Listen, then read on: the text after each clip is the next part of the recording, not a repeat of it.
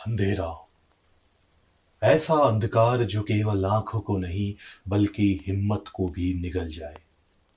तेज हवा थर्मोपिलाई की सकरी घाटी में गूंज रही थी, जिसे यूनानी कहते थे हॉट गेट्स। एक ऐसी जगह जहां पहाड़ और समंदर मिलते हैं और युद्ध का भाग्य तय होता है। और उसी सकरे दर्रे में मौत आने वाली थी। यह 480 ईसा पूर्व की बात है। पूरा संसार थम सा गया था। पूरब से उठी थी एक तूफानी लहर। पर्शिया का सम्राट जर्क्सिस, एक ऐसा राजा जो खुद को ईश्वर का अवतार मानता था। दुनिया उसके सामने झुकी थी, लेकिन अब उसके रास्ते में एक दीवार खड़ी थी। न कोई किला, न कोई साम्राज्य, सिर्फ 300 लोग, 300 स्पार्टन।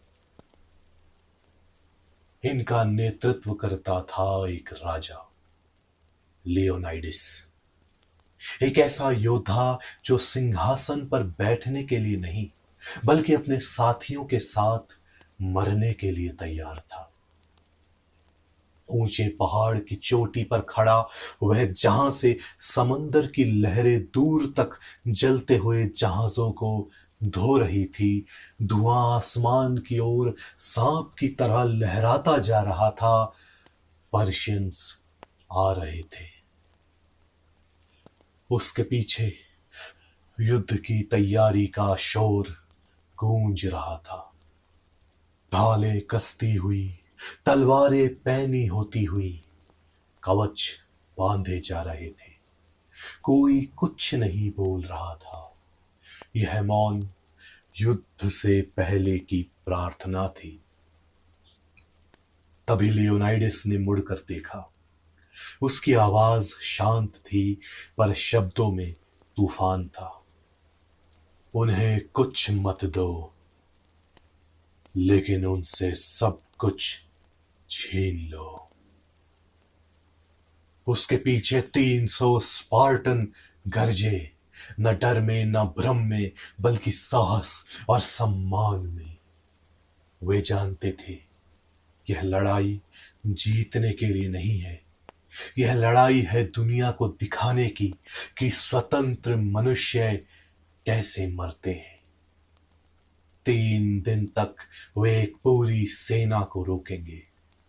एक सकरा दर्रा एक कब्रिस्तान बन जाएगा और उनकी शहादत वक्त की धूल में गुम न होगी बल्कि इतिहास की गूंज बन जाएगी। ये है थर्मोपिलाई की कथा। ईरान की तपती रेत से लेकर भारत की सीमाओं तक एक साम्राज्य फैल चुका था, जिसकी छाया इतनी विशाल थी कि वह सूरज को भी छोटा कर दे। उस साम्राज्य का शासक था जर्क्सीस, फारस का महान सम्राट, डेरियस महान का उत्तराधिकारी और खुद को ईश्वर का दूत मानने वाला एक क्रूर शासक। उसके लिए जीत कोई विकल्प नहीं थी बल्कि जन्म सिद्ध अधिकार था। उसका साम्राज्य इतना बड़ा था कि जब उसकी सेनाएं चलती तो धरती कांपती। नदियां अपने बहाव का रास्ता बदल लेती थी। उसकी आंखों के इशारे पर शहर जलते और उसके आदेशों पर राजवंश मिटा दिए जाते थे। जर्क्सीज कोई आम राजा नहीं था। वह खुद को धरती का स्वामी और समुद्र का अधिपति मानता था। और जब उसे विरोध सहना पड़ा तो उसने प्रकृति तक को दंडित किया। उसके मन में एक सपना था, एक जुनून, अपने पिता डेरियस की उस हार का बदला लेना जो ग्रीस की भूमि पर मिली थी। एथेंस और स्पार्टा, इन्होंने एक बार फारस इन्होंने एक बार फारसी शक्ति को चुनौती दी थी।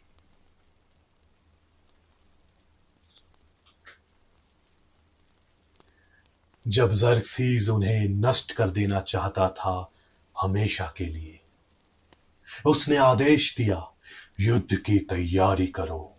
हजारों जहाज बनाए, लाखों सेनाएं जुटाई गई, घुड़सवार, पैदल सेना, धनुर्धरी, भालेधारी, हाथी और रथ। उसके पास हर कौशल था, हर भाषा के सैनिक, हर क्षेत्र से सेनाएं, जिनका केवल एक ही लक्ष्य था, ग्रीस को झुकाना।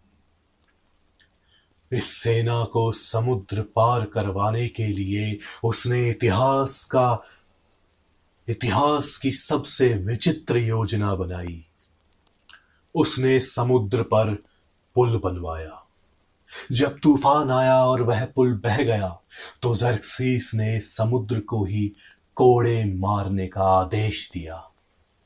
उसने लहरों को दंडित किया, क्योंकि उसके लिए प्रकृति भी अधीन होनी चाहिए थी। यूनान के शहरों को एक एक कर संदेश भेजे गए। उसमें केवल 2 शब्द लिखे थे, धरती और पानी। ये 2 शब्द थे समर्पण के। इनका अर्थ था कि अब से तुम जर्क्सीस के अधीन हो। अधिकतर शहर डर के साए में झुक गए, लेकिन 2 शहरों ने इनकार किया, एथेंस और स्पार्टा। जब जर्क्सीस के दूत स्पार्टा पहुंचे और समर्पण की मांग की, तो स्पार्टन्स ने उन दूतों को मौत के कुएं में फेंक दिया। जवाब सिर्फ इतना था, अगर तुम्हें धरती चाहिए तो नीचे जाकर ले लो। यह अपमान था, और जर्क्सीस इसे भूलने वाला नहीं था। उसने प्रतिज्ञा की कि वह ग्रीस की भूमि पर ऐसी सेना लेकर चढ़ाई करेगा जैसी दुनिया ने पहले कभी नहीं देखी थी। अब लाखों की सेना थर्मोपिलाई की ओर बढ़ रही थी। एक तंग दर्रा, एक छोटा सा रास्ता, जहां जमीन इतनी पतली थी कि हजारों की भीड़ भी एक पंक्ति में चलती। और वहीं उनका सामना होना था कुछ 100 यूनानी सैनिकों से, लेकिन उनमें सबसे आगे थे स्पार्टा के 300 योद्धा, एक सम्राट के घमंड के विरुद्ध। और यही वह जगह थी जहां इतिहास लिखा जाना था खून से। स्पार्टा एक ऐसा शहर था जहां जन्म लेना एक सौभाग्य नहीं, बल्कि एक चुनौती हुआ करता था। यह कोई आम यूनानी नगर नहीं था। यहां संस्कृति की परिभाषा युद्ध थी, और धर्म का अर्थ था बलिदान। इस धरती पर हर सांस, हर कदम, हर परंपरा युद्ध की तैयारी के लिए होती थी। स्पार्टा में पुरुष पैदा नहीं होते थे, उन्हें गढ़ा जाता था, लोहे की तरह आग में तपाकर, चोट देकर, बार बार तोड़कर फिर जोड़ा जाता था, ताकि अंत में एक ऐसा योद्धा तैयार हो जो हार को स्वीकार न करे और मृत्यु से डरे नहीं। जब कोई बालक जन्म लेता था तो उसे उसके माता पिता नहीं, राज्य परखता था। राज्य तय करता था कि यह शिशु जीने योग्य है या नहीं। अगर बच्चा कमजोर, अपंग या बीमार होता तो उसे नगर से बाहर एक चट्टान से नीचे फेंक दिया जाता था। क्रूरता नहीं थी यह एक दर्शन था। केवल शक्तिशाली ही जीवित रहेंगे। स्पार्टन समाज में करुणा की कोई जगह नहीं थी, क्योंकि उन्हें यकीन था कि करुणा युद्ध में सबसे पहले मरती है। जब कोई बच्चा 7 वर्ष का होता तो उसका बचपन समाप्त हो जाता। वह अपने घर, माता पिता और भावनाओं से अलग कर दिया जाता और भेज दिया जाता था एक प्रशिक्षण शिविर में, जिसे कहा जाता था अगोज। यहीं से शुरू होती थी उस योद्धा की यात्रा, जिसे अंततः स्पार्टन सेना का हिस्सा बनना था। यह प्रशिक्षण केवल शरीर का नहीं था, यह आत्मा और मानसिक सहनशीलता की परीक्षा भी थी। लड़कों को भूखा रखा जाता था ताकि वे चोरी करना सीखें, लेकिन अगर वे पकड़े गए तो सजा मिलती, क्योंकि असफलता से बड़ा अपराध कोई नहीं था। उन्हें सिखाया जाता था कि दर्द को कैसे निगलना है। उन्हें मार मार कर, पीट पीट कर सहनशीलता का पाठ पढ़ाया जाता था। उन्हें बर्फ पर बिना कपड़ों के खड़ा किया जाता था। गर्मियों में धूप में दौड़ाया जाता था, नंगे पैर, छालों के साथ। और अगर किसी की आंखों में आंसू आ जाते तो समझा जाता था कि वह अब भी कमजोर है। स्पार्टन संस्कृति में युद्ध कोई साधन नहीं बल्कि उद्देश्य था। वहां लड़ाई में मरना सबसे बड़ा गौरव था। वहां की माताएं अपने बेटे को युद्ध के लिए रवाना करते हुए केवल एक बात कहती थी, इस ढाल को लेकर वापस आना या इस पर लदे हुए। इसका अर्थ था या तो जीत कर लौटो या फिर लाश बनकर। स्पार्टा में शांति एक धोखा थी और युद्ध एक सच्चाई। वे मानते थे कि एक दिन मृत्यु आएगी, लेकिन जब तक वो आए हर दिन लड़ना चाहिए। इसी सिद्धांत पर पला बड़ा था वह राजा जो आगे चलकर थर्मोपिलाई के दर्रे में इतिहास बनाएगा। उसका नाम था लियोनाइडिस। अब जरूरत थी एक ऐसी सेना की जो केवल आदेश पर नहीं लड़े बल्कि आत्मा से लड़े। लियोनाइडिस जानता था जर्क्सिस को हराने के लिए संख्या नहीं, हौसले की जरूरत है। थर्मोपिलाई की ओर बादल घिरने लगे थे। पर्शिया की विशाल सेना धीरे धीरे यूनान की ओर बढ़ रही थी। वे शहरों को रौंदते हुए आगे बढ़ रहे थे। उनके पीछे केवल धूल, राख और खामोश चीखें बची थी। ग्रीस के सारे राज्य भय में थे। कुछ झुक गए, कुछ छिप गए, लेकिन स्पार्टा अब भी अडिग था। स्पार्टन परंपरा के अनुसार किसी भी योद्धा की स्वीकृति राज्य के वरिष्ठों और धर्मशास्त्रियों से लेनी होती थी, लेकिन समय बहुत कम था। जर्क्सिस की सेनाएं उत्तरी ग्रीस में दाखिल हो चुकी थी और थर्मोपिलाई का दर्रा ही वह अंतिम रेखा था जिसे पार करके वे यूनान के हृदय में घुस सकते थे। थर्मोपिलाई एक पतला, तंग दर्रा, जहां पर्वत एक तरफ थे और समुद्र दूसरी तरफ। यही वह स्थान था जहां संख्या का महत्व खत्म हो जाता था, जहां चतुराई, अनुशासन और साहस काम आता था। लियोनाइडिस ने फैसला किया, युद्ध होगा, लेकिन यह एक आत्मघाती मिशन था, पूरी तरह से एक तरफा। किसी को भी नहीं लगता था कि जिंदा लौटना संभव होगा, और इसी कारण लियोनाइडिस ने अपनी सेना का चुनाव सबसे अलग ढंग से किया।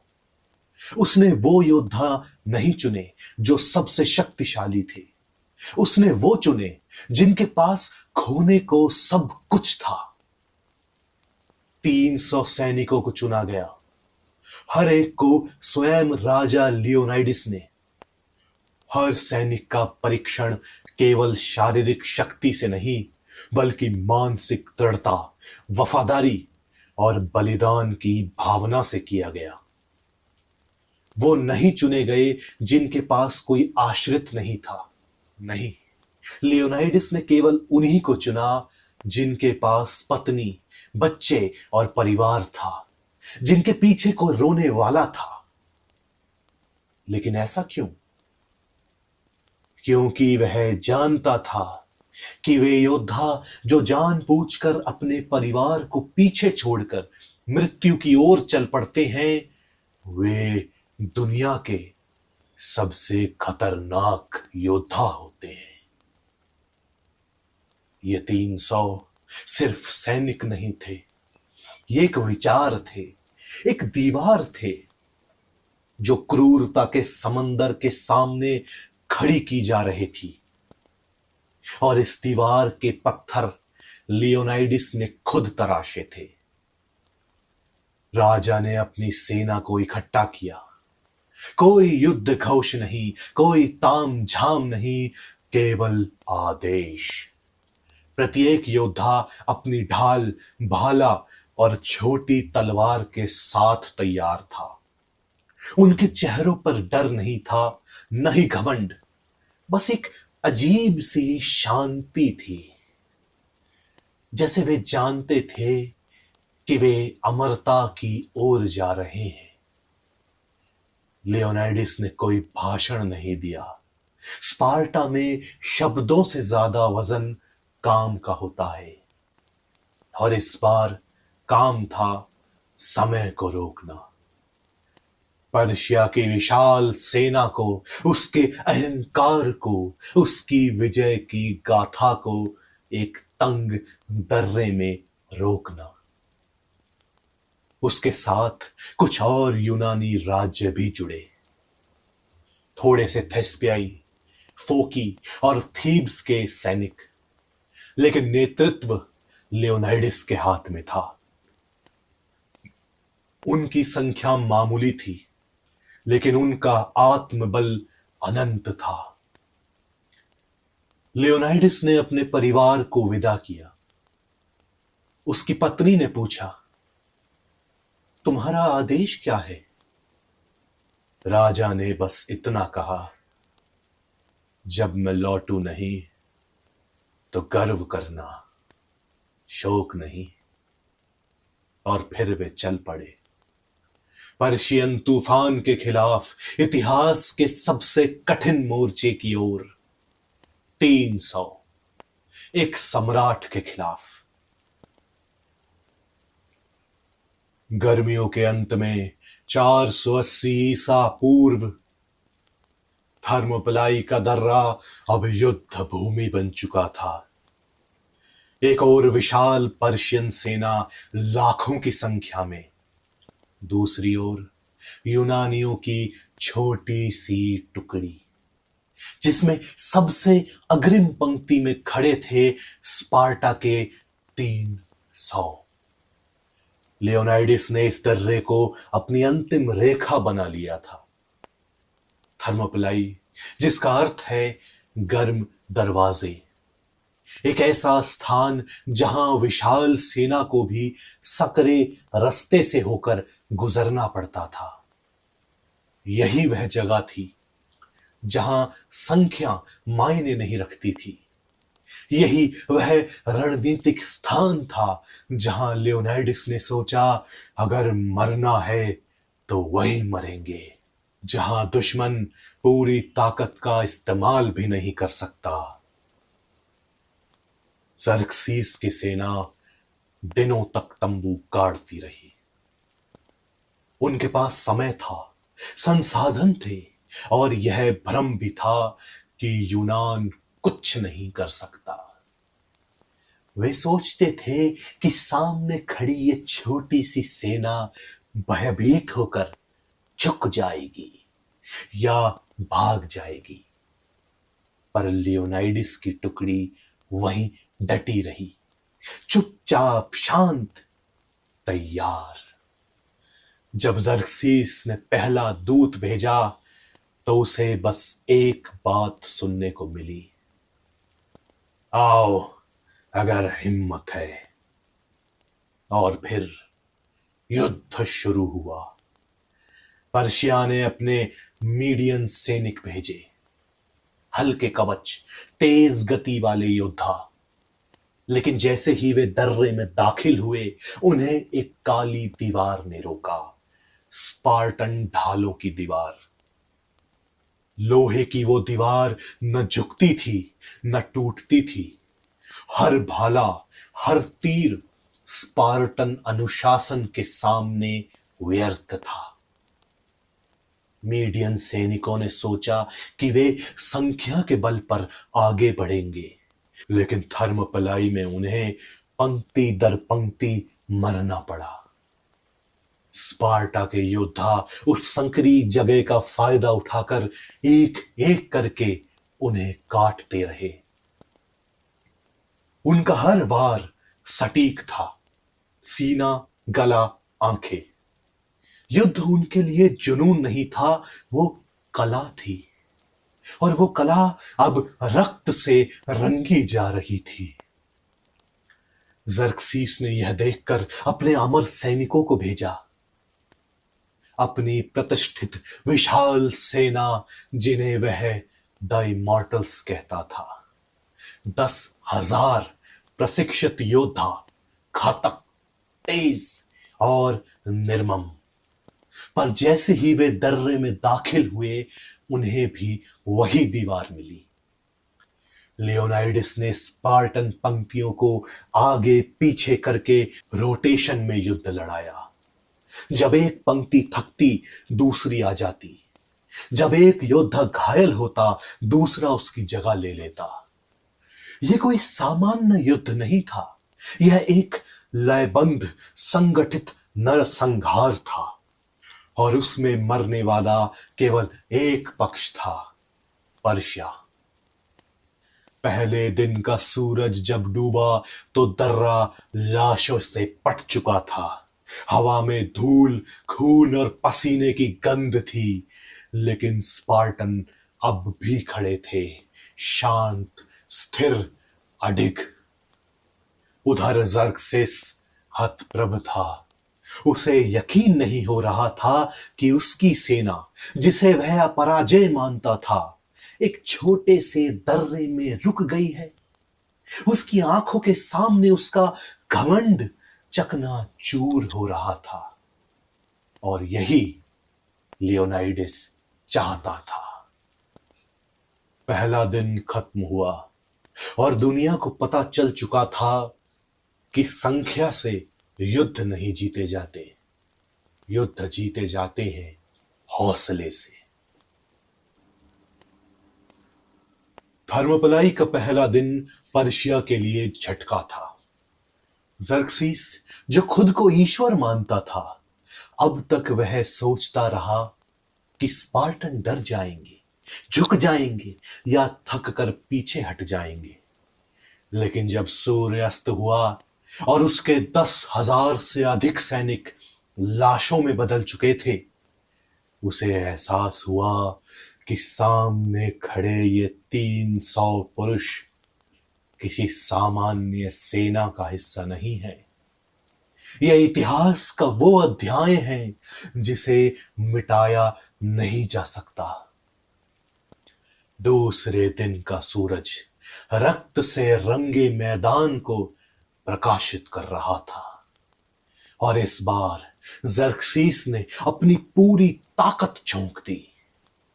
घोड़ों की टापें, हाथियों की चिंगाड़, धनुषों की वर्षा। यह युद्ध नहीं, एक आंधी थी। लहरों की तरह पर्शियन सेना एक के बाद एक आती रही। सबसे पहले आए अश्वरोही, तेज, घातक और निर्दयी। लेकिन स्पार्टन रेखा फिर भी न टूटी। जब घुड़सवारों के भाले स्पार्टन ढालों से टकराते तो गूंज होती, स्पार्टा की दीवार हिलती। लेकिन गिरती नहीं।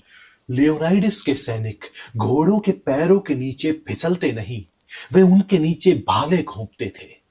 हर हमले का जवाब सटीक और निर्मम होता।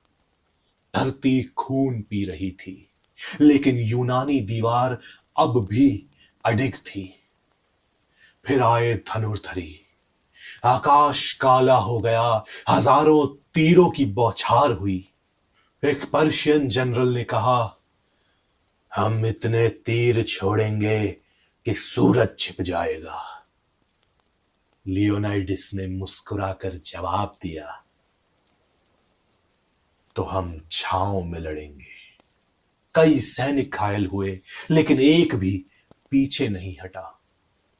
जब तीरों की बौछार रुकी, स्पार्टन आगे बढ़े और उन धनुर्धरियों को वहीं काट डाला। ज़र्क्सिस अब क्रोधित था।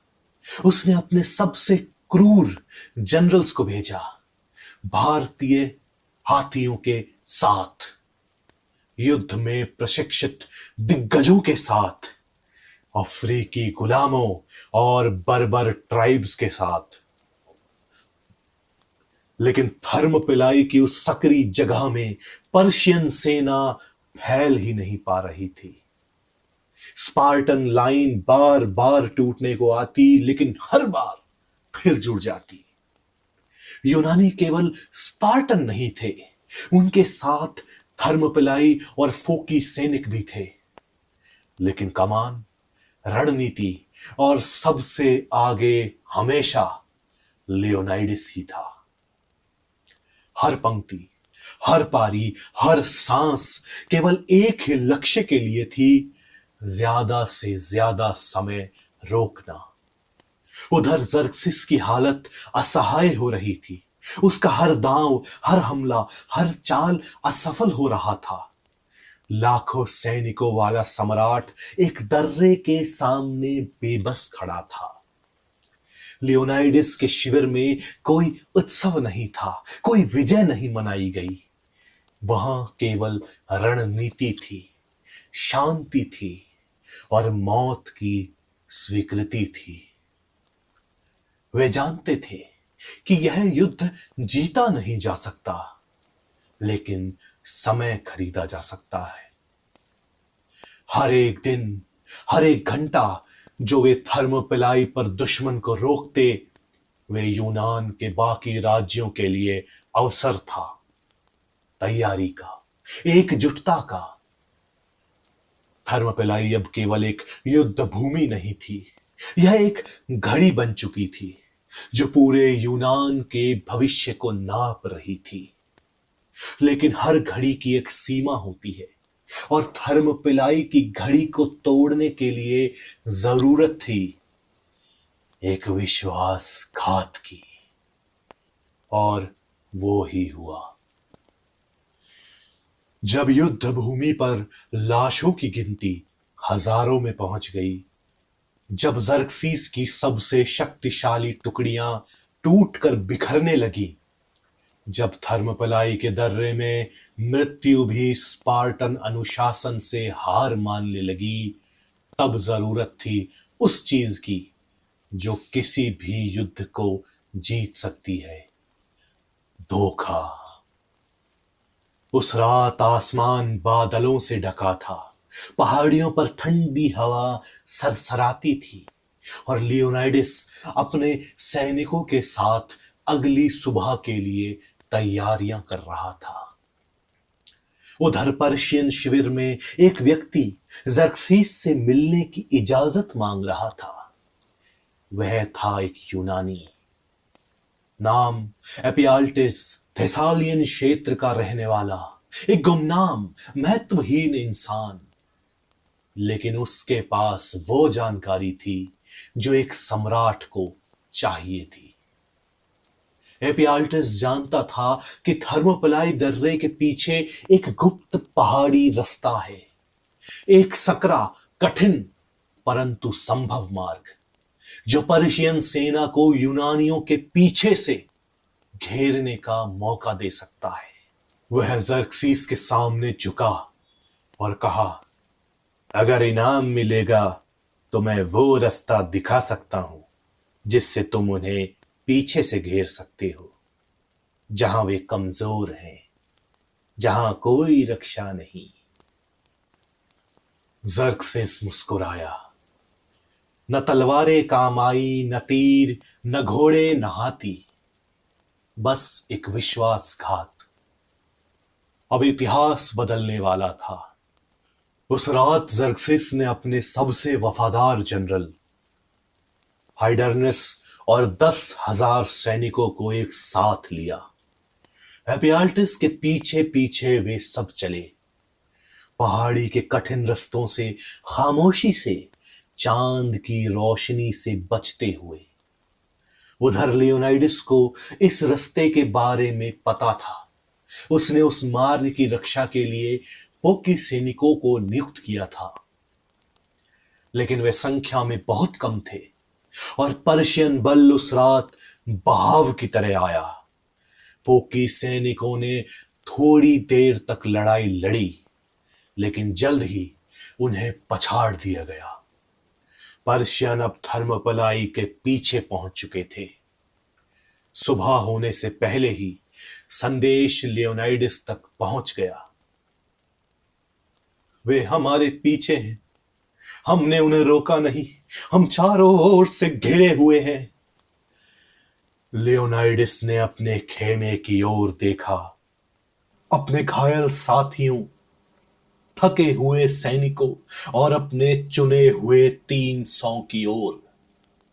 कोई घबराहट नहीं थी, कोई आश्चर्य नहीं, केवल मौन स्वीकार्यता। वे जानते थे यही अंतिम समय है। राजा ने बाकी यूनानी टुकड़ियों को जाने का आदेश दिया।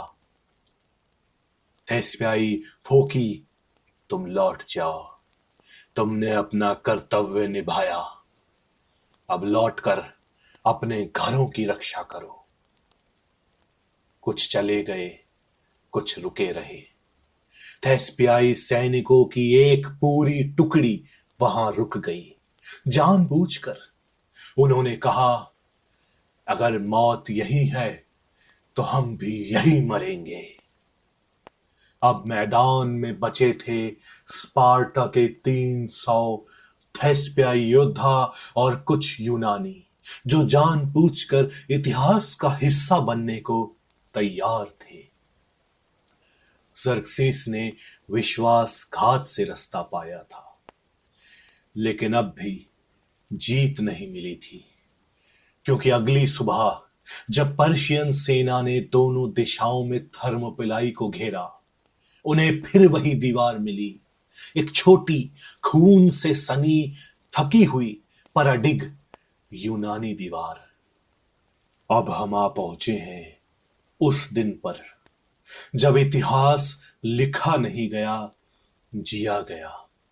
जब तलवारें नहीं, इच्छा शक्ति टकराई, और जब 300 ने मृत्यु को भी थका दिया। 480 ईसा पूर्व की वह सुबह थर्मोपिलाई की धरती पर आखिरी बार सूरज उगा। धरती लाल थी, हवा भारी और आसमान खामोश। लियोनाइडिस जानता था अब कोई बचाव नहीं, अब युद्ध नहीं, बलिदान होगा।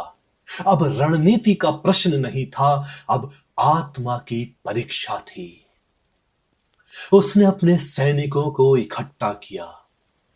चेहरे थके हुए थे, शरीर घायल, लेकिन आंखों में वही ज्वाला थी जो पहले दिन थी।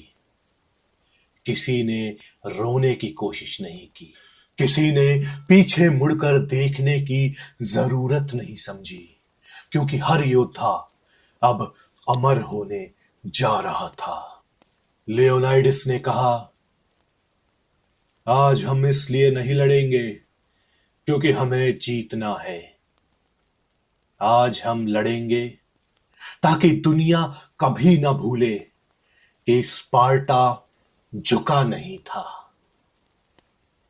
और फिर भाले उठे, ढाले खड़की, और अंतिम युद्ध शुरू हुआ। पर्शियन सेना दोनों ओर से आई, सामने भी और पीछे भी। तीर चले, भाले फेंके गए, युद्ध घोष गूंजा।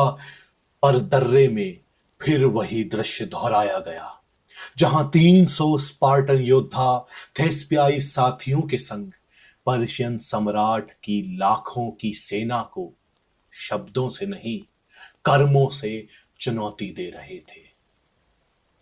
अब कोई ढाल पूरी नहीं थी, नहीं तलवार सलामत, लेकिन हर वार अब भी घातक था। स्पार्टन लड़ते रहे, कभी तलवार से, कभी टूटी भालों से, और जब वो भी टूट गई तो वे अपने हाथों से दुश्मनों को गिराने लगे। जरक्सीस ने अपनी सेना को और घुसाया, एक के बाद एक लहर, लेकिन हर लहर एक दीवार से टकराकर टूट जाती। और तब लियोनाइडस गिरा, तीर भाले घावों से भरा शरीर, लेकिन चेहरा शांत। उसे पता था यह वही क्षण है जहां उसका जीवन खत्म नहीं, आरंभ हुआ है। उसके गिरते ही चारों ओर अंतिम योद्धा और भयंकर रूप से लड़ने लगे। वे अपने राजा की लाश को वापस लेने के लिए अपनी अंतिम सांस तक जूझे। जब युद्ध समाप्त हुआ तो थर्मोपिलाई की घाटी शवों से ढक चुकी थी। 300 चले गए थे, पर वे पीछे छोड़ गए थे एक अमर विरासत। जरक्सेस ने अंततः दर्रे को पार किया, लेकिन वह जीत नहीं थी, क्योंकि जो उसने पीछे छोड़ा वो था यूनानी हौसले का प्रतीक। स्पार्टा हार नहीं मानता, वह मिटता है पर झुकता नहीं। और यह संदेश गूंजता रहा यूनान के हर कोने में, हर घर में, हर दिल में। यह बलिदान एक चिंगारी बन गया, जिसने आगे चलकर सलामिस और प्लेटाया की लड़ाइयों में पर्शिया की हार की नींव रखी। 300 का बलिदान सिर्फ युद्ध नहीं था, यह एक विचार था कि कुछ लोग संख्या से नहीं, आत्मबल से इतिहास रचते हैं। थर्मोपिलाई की लड़ाई समाप्त हो चुकी थी। राजा लियोनाइडिस और उसके 300 स्पार्टन योद्धा अमरता की ओर बढ़ चुके थे। जरक्सीस ने दर्रा पार कर लिया, लेकिन उस जीत में कोई सम्मान नहीं था, क्योंकि उसने जो सेना हराई वो संख्या में नहीं, आत्मा में बड़ी थी। समय बीता, युद्ध आगे बढ़े, पर यह एक बलिदान इतिहास की किताबों में नहीं, लोगों के दिलों में जिंदा रहा। यूनान ने इस बलिदान को भुलाया नहीं, बल्कि उसे एक मशाल बना दिया जो पूरे राष्ट्र को एक साथ जलाने लगी। कुछ महीनों बाद यूनानी सेनाओं ने पर्शिया को समुद्र में हराया, सलामिस की लड़ाई में, और फिर प्लेटाया में। पर्शियन सपनों को हमेशा के लिए कुचल दिया गया। पर सवाल यह नहीं है कि पर्शिया हारा या यूनान जीता। सवाल यह है, क्यों 300 मरे, और वो भी मुस्कुराकर। क्योंकि वे जानते थे कि स्वतंत्रता केवल एक विचार नहीं है, यह एक उत्तरदायित्व है, जिसे निभाने के लिए कभी कभी सब कुछ खोना पड़ता है। आज सदियों बाद थर्मोपिलाई केवल एक स्थान नहीं, एक प्रतीक है। जब कोई निडर होकर अन्याय के खिलाफ खड़ा होता है, जब कोई सच्चाई के लिए अकेला युद्ध करता है, जब कोई कहता है मैं पीछे नहीं हटूंगा चाहे जो हो जाए, तब वह कहीं ना कहीं थर्मोपिलाई के उन 300 में से एक होता है। और यही वह क्षण है जहां युद्ध समाप्त नहीं होता, बल्कि युग आरंभ होता है। ये कहानी तुम्हें बहादुरी सिखाने नहीं आई, ये कहानी तुम्हें जगाने आई है। क्योंकि कभी कभी इतिहास लिखने के लिए तलवार से ज्यादा जरूरत होती है इरादे की।